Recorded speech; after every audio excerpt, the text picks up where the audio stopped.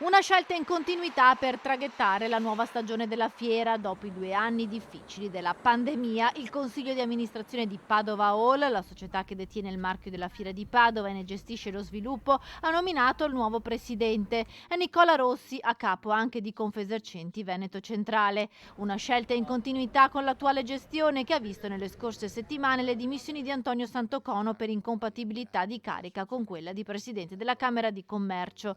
La nomina di Nicola Rossi durerà fino a metà luglio e intanto si concretizzeranno le azioni di rilancio del polo fieristico. Finalmente ripartiamo. Sì, ora bisogna ripartire con le fiere in maniera forte. Il centro congressi è partito bene.